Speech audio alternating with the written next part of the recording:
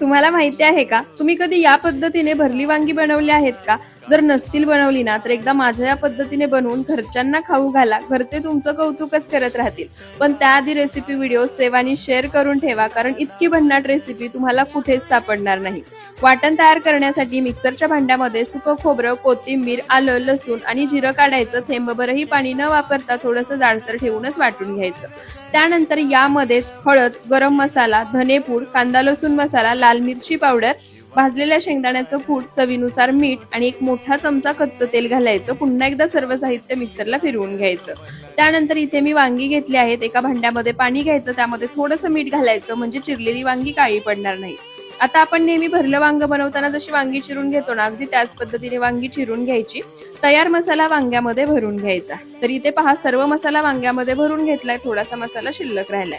गॅसवर कढई गरम करायला ठेवली आहे. त्यामध्ये 2 मोठे चमचे तेल घालायचं. तेल गरम झालं की तयार वाटण घालायचं. कच्चेपणा जाईपर्यंत परतून घ्यायचं.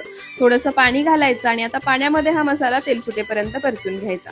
त्यानंतर मसाला भरलेली वांगी घालायची. एक अर्धा ग्लास पाणी घालायचं आणि मंद आचेवर अर्धवट झाकण ठेवून एका बाजूने वांगी शिजवून घ्यायची.